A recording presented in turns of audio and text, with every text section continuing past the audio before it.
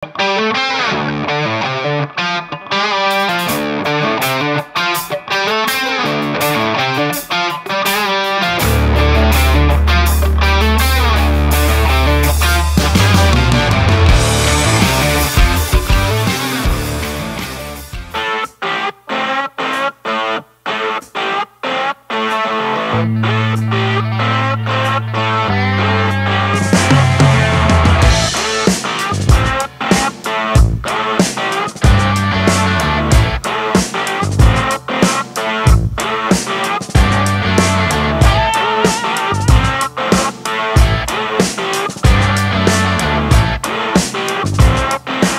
day everyone! So for today's breakfast ride, pupunta tayo ng Batangas sa Bahay Balok-Balok. So if we're lucky enough, maybe kapag nandun yung may-ari or kahit manager, we can ask kung paano sila nag-come up ng pangalan.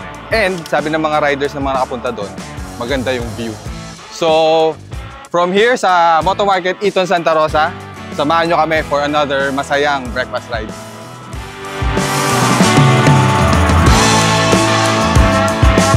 Hi, I'm Drew Alvarado. I was looking for other groups nga to join kasi napaka-organized ng page nila. By the way, nakita ko din kasi dun sa group nila na dito sila sa Moto Market nagtatambay and also nag-meet up.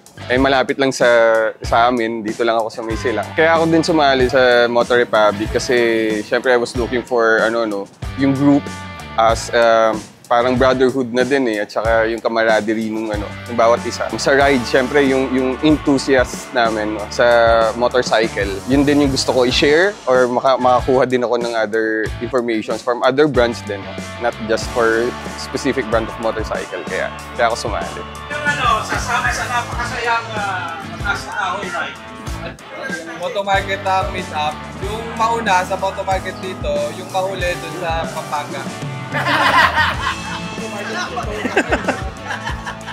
Hi, good morning! Andito na naman kami sa Moto Market Eton Santa Rosa. Meron kaming ride today which is to Bahay Balok-Balok which is located in Mataas na Kahoy, Batangas. The place is known for having beautiful scenery, very nice facility, and very good food. The ride will be around 50 kilometers, siguro 49 to be exact.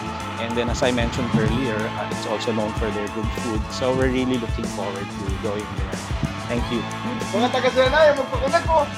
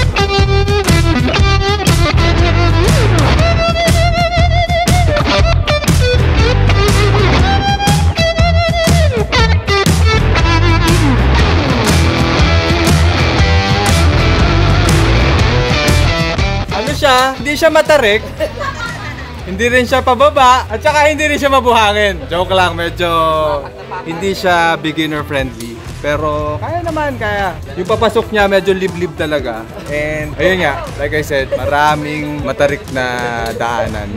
Pero right now, ito na yung parking niya, yung buong parking niya. Mukhang marami namang kasya. So tignan natin kung ano meron sa loob. So tara, ano pa?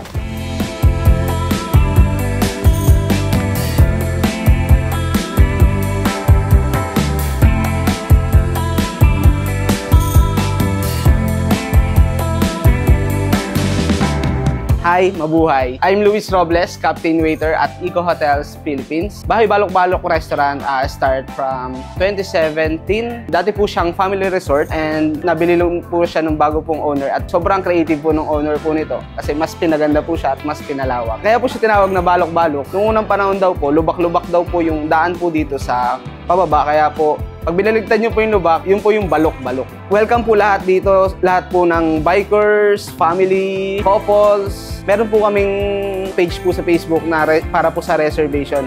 If ever po, para hindi po kayo mag-waiting po sa pila.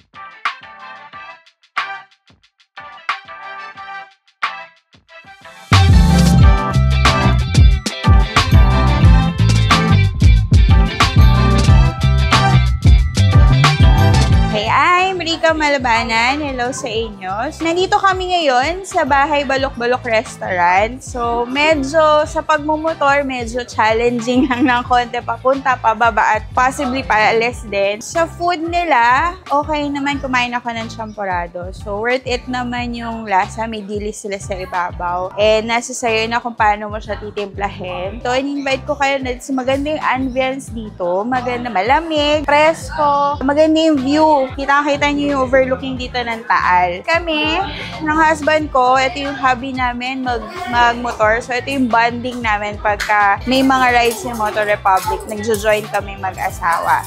So, ini-invite ko kayo, pumunta kayo dito para ma-experience nyo lahat ng mga naka-experience namin dito.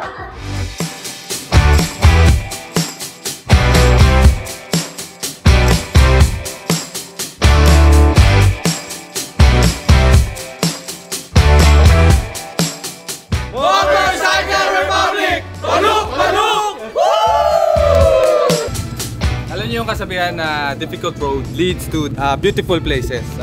Ito yung isa sa mga example na ganun.